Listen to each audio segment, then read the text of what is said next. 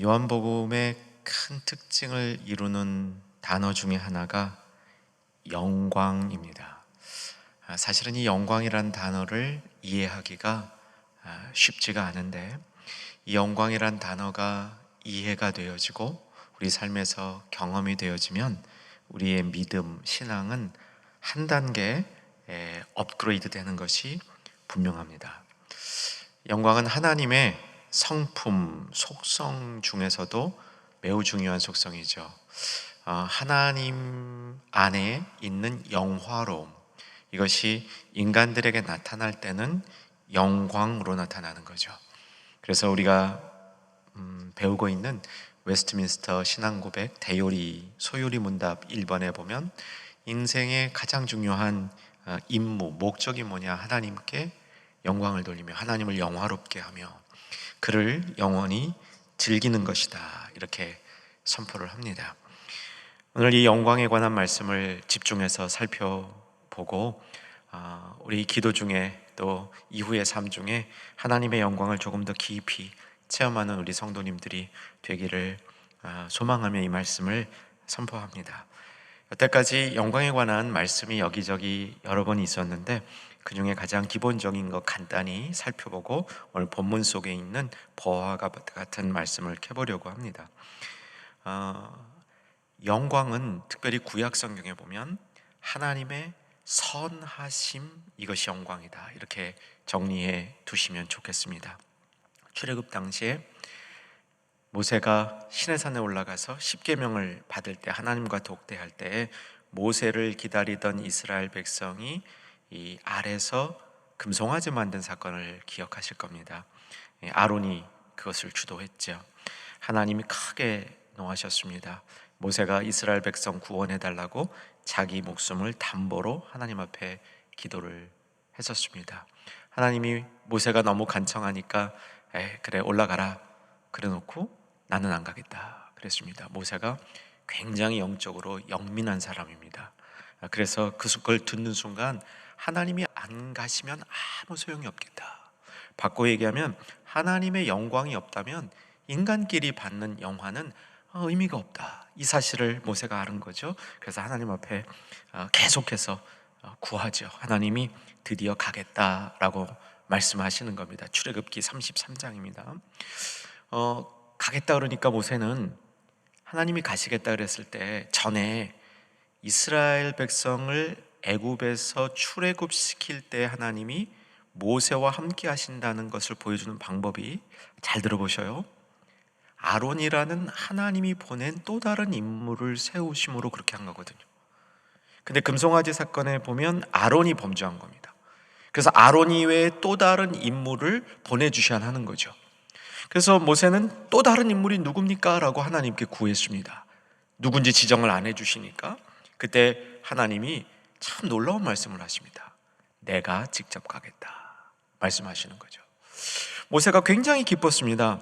그러나 하나님이 가신다는 것을, 직접 간다는 것을 하나님의 백성들은 잘 모를 테인데 이것을 어떻게 확증하느냐? 그때 모세가 여호와께 구한 것이 하나님의 영광을 보여달라 구하는 겁니다. 하나님의 영광을 보여달라 이렇게 구하니까 그때 하나님께서 어떻게 하셨는지 성경을 보고 확인해 보십시다. 출애굽기 33장 18절과 19절 상반절인데 같이 한번 보겠습니다. 18절 자막에 보이신 대로 같이 한번 읽으십시다.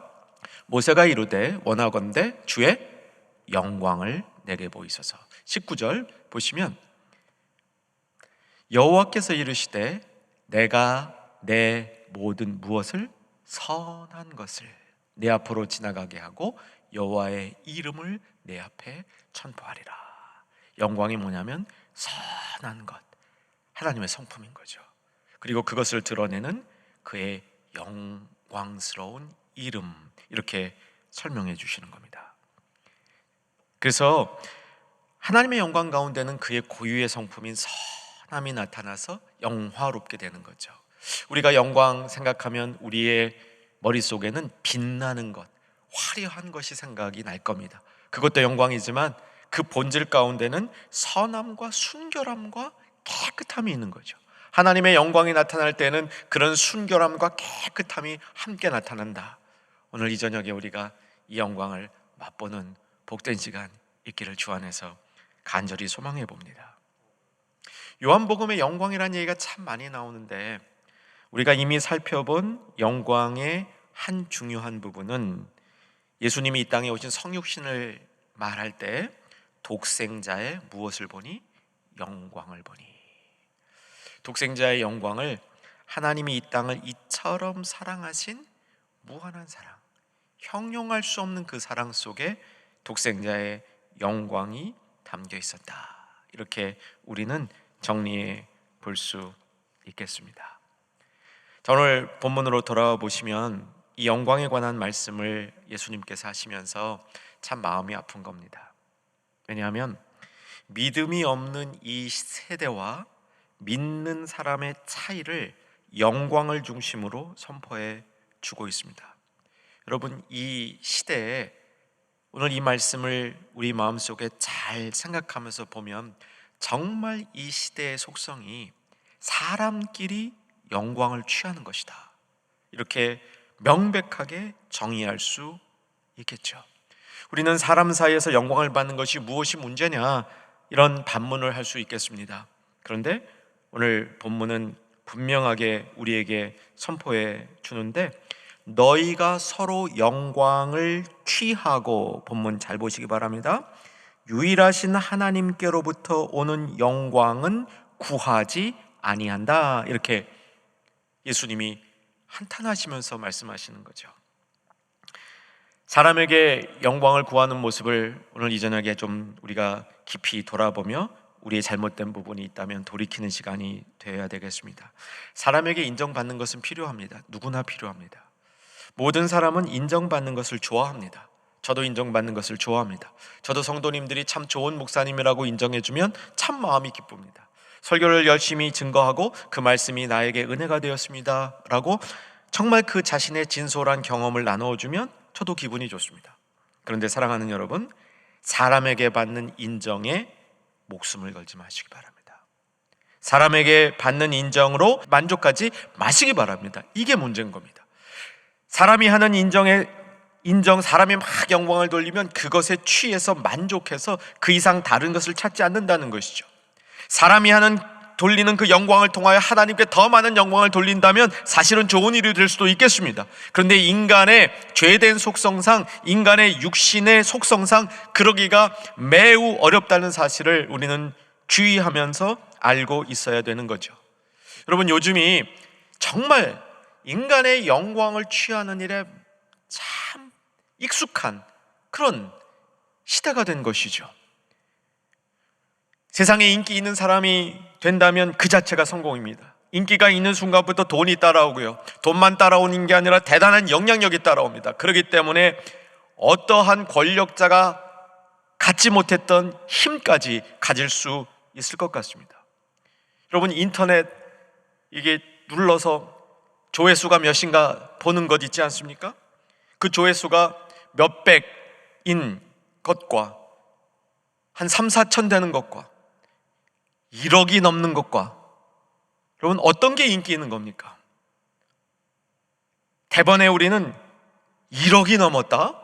그러면 엄청난, 그 안에 엄청난 것이 있다고 생각을 합니다. 인간의 영광이 그리로 쏠리는 거죠. 무조건 잘못됐다고 말씀드린 게 아닙니다. 그런데 인간이 서로 영광을 돌리고 서로 돌리는 영광에 취해 있을 때 하나님의 영광을 구하지 않는다는 겁니다. 그럼 인간에게는 하나님이 만들어 놓은 속성이 있습니다. 무엇인가로 채워져야 합니다. 우리는 무엇인가로 채워져야 하는 본성을 갖고 있는 피조물이라는 것이죠. 그래서 우리가 자신이 구하는 영광, 인간이 구하는 영광으로 채워지게 되면 하나님의 영광을 구하기가 정말 어렵다는 것이죠. 반대로 우리는 하나님의 영광을 맛봄으로 그 영광으로 채워져서 그 위에 다른 것들에 의해서 우리의 마음이 부요해지지 않고 우리의 마음이 다른 것으로 채워지지 아니하는 그런 삶을 살아야 되겠습니다. 오늘 본문을 44절을 중심으로 조금 더 넓은 부분을 보게 되면 예수님께서는 믿음이 없는 사람들에 관해서 얘기하는 겁니다. 믿음이 없는 사람들의 모습을 인간의 영광을 취하면서 인간이 서로 영광을 돌리면서 하나님의 영광과 상관없는 삶을 사는 모습을 믿음이 없는 모습이라고 얘기하면서요.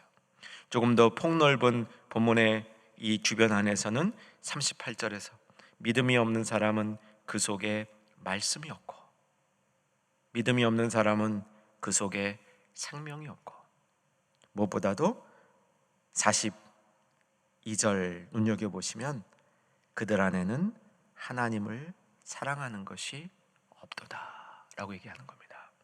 하나님에 대한 사랑이 없을 때 우리는 공허한 마음을 인간이 주는 영광을 추구하고 그것을 가지면 기뻐하고 그것이 없으면 마음이 많이 상하고 허전하는 그런 삶을 살게 될 수 있다는 것이죠.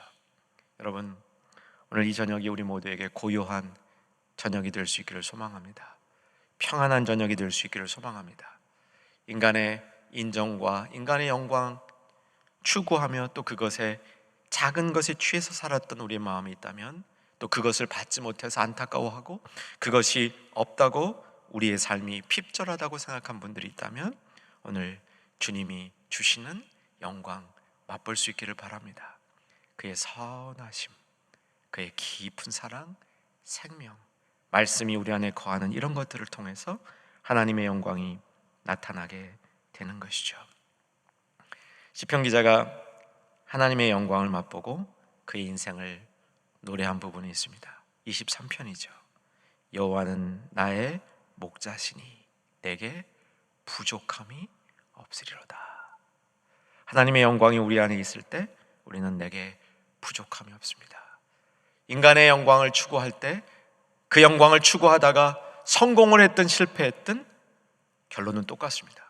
늘 부족함이 있는 우리의 삶의 자리에 나가게 될 것입니다. 이제 말씀을 정리합니다.